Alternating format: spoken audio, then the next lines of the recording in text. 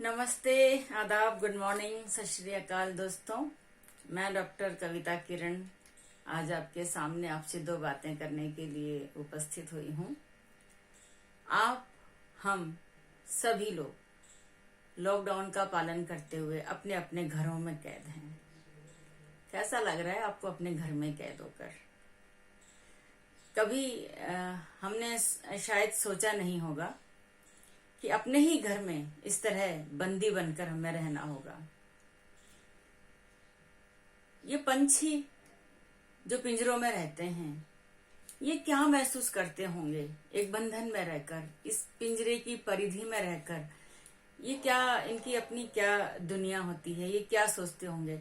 आज हम जब अपने घरों में खुद कैद हैं तो हम इस चीज को अच्छी तरह से महसूस कर सकते हैं।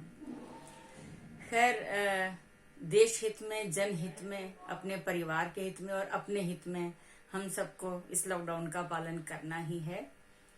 आज इस लॉकडाउन के तहत कई त्योहारों का भी आना जाना हुआ है। आज गणगौरी तीज है, राजस्थान में खास तौर से मनाई जाती है और ये सुहागिनों का त्योहार होता है। गणगौर होली के ठीक 16वें दिन बाद आती है। मुझे कुछ इस तरह से तिथि वगैरह का तो इतना ज्ञान नहीं, लेकिन मुझे पता है, मुझे मम्मी बताती थी कि होली के 7 दिन बाद शीतला सप्तमी आती है और ठीक 16 दिन बाद गणगौरी तीज आती है। और इस तीज पर कुछ खास पकवान बनाए जाते हैं और इसमें सुहागिनें खास तौर से सज धज कर माता जी की पूजा करने जाती हैं। कहीं एक जगह इकट्ठा होती हैं, एकत्रित होती हैं और वहां सब मिलकर गणगौर की पूजा करती हैं। और इस बार कई बार ऐसा भी हुआ है कि गणगौर के दिन मैं कवि सम्मेलनों में रहती हूँ, बाहर रहती हूँ या सफर में रहती हूँ, तो ऐसे अवसर कम आते हैं कि जब मैं इस त्योहार पर अपने ही घर में रहूं और सारी महिलाओं के साथ या परिवार के साथ मिलकर के इस त्योहार का आनंद लूं। आज मैं घर पर ही थी और मैं यही सोच रही थी कि ये त्योहार इस बार किस तरह से मनाया जाएगा।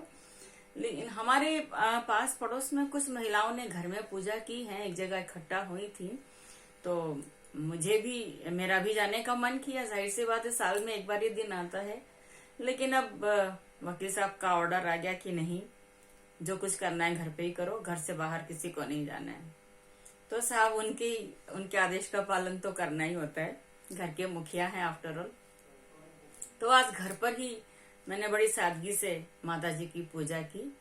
और गणगौर पर मुझे मेहंदी लगाने का बड़ा शौक है और इस तरह के जो त्योहार पड़ते हैं जो सुहाग के लिए किए जाते हैं या कोई स्पेशल होली, दिवाली, इस तरह के शादी ब्याह में मुझे मेहंदी लगाने का बड़ा शौक है। अब कल क्योंकि यहाँ बहुत सर्दी थी और बरसात भी बड़ी जोरों की हुई, तो मौसम बहुत ठंडा था, तो मेहंदी लगाने का शौक तो मैं पूरा नहीं कर सकी। लेकिन हाँ, देखिए, शगुन मैंने अवश्य किया है क्योंकि ये अनिवार्य होता है। तो घर में ही आज पूजा की। जिन हालातों में हम आज जी रहे हैं, तो हम लोग कोशिश करते हैं हंसने की, हंसाने की, थोड़ा माहौल को हल्का करने की। फेसबुक पर, सोशल साइट्स पर भी देखते हैं कि लोग काफी इस चीज को लेकर हंसी मजाक करते हैं। इसका कई बार तो माहौल भी उड़ाया जाता है, जो कि ठीक नहीं है। लेकिन हाँ, स्ट्रेस से मुक्त होने के लिए थोड़ा सा हास परिहास जरूरी भी है, लेकिन मैं उपहास को अच्छा नहीं मानती हूँ। हास परिहास की हद तक जब तक सब कुछ रहता है तो बहुत अच्छा लगता है, सारे लोग आनंदित होते हैं। लेकिन जहाँ उपहास की बात आती है तो मुझे थोड़ा सा कम ठीक लगता है।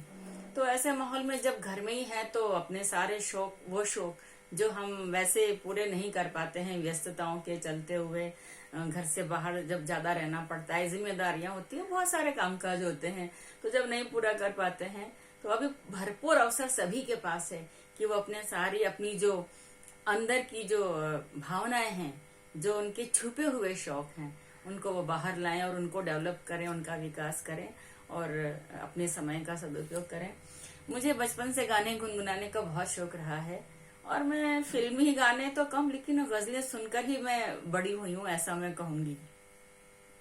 और सैड सॉन्ग मुझे थोड़ा ज्यादा अच्छे लगते हैं, ज्यादा प्रभावित करते हैं। और आज के इस माहौल में जो इस तरह के गीत हैं जो जीवन जिनमें अध्यात्म होता है, सूफीज्म होता है, दर्शन होता है, ऐसे गीत कुछ ज्यादा पसंद आ रहे हैं। एक गीत जो संतोषानंद जी का लिखा हुआ है, बहुत ही चर्चित है, और उसके जो लिरिक्स हैं, उसके जो बोल हैं, वो मुझे बहुत पसंद हैं।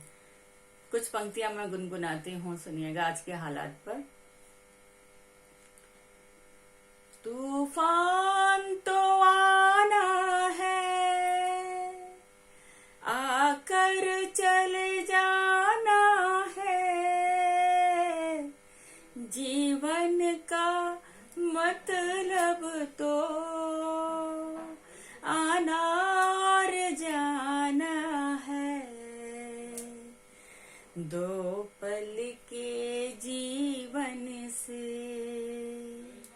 एक उम्र चुरानी है, जिंदगी और कुछ भी नहीं, तेरी मेरी कहानी है, एक प्यार का नगमा है, मौजों की रवानी है, जिंदगी और कुछ भी नहीं, तेरी मेरी कहानी है।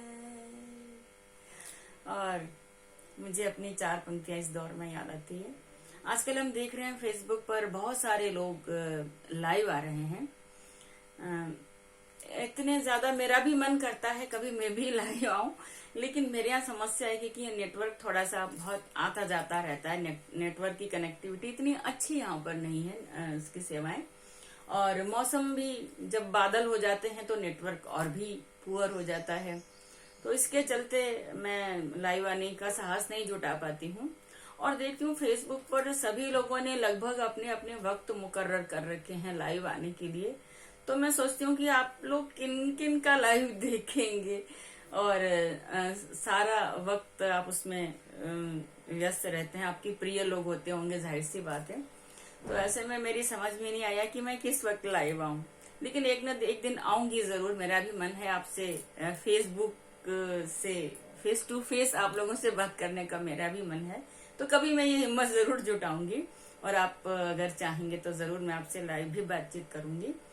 और चलते चलते 4 पंक्तियां मैं आपको जरूर सुनाना चाहूंगी कि ये दौर इम्तिहान का निकल ही जाएगा, ये दौर इम्तिहान का निकल ही जाएगा, अंधेरा अपनी खैर कब तलक मनाएगा, यकीन कर ए किरण स्याह रात ढलते ही, नई सुबह का सूर्य फिर से जगमगाएगा, नई सुबह का सूर्य फिर से जगमगाएगा।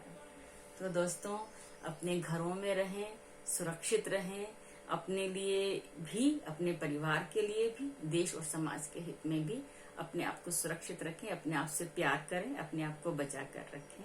बहुत बहुत धन्यवाद। फिर मिलूंगी आपसे।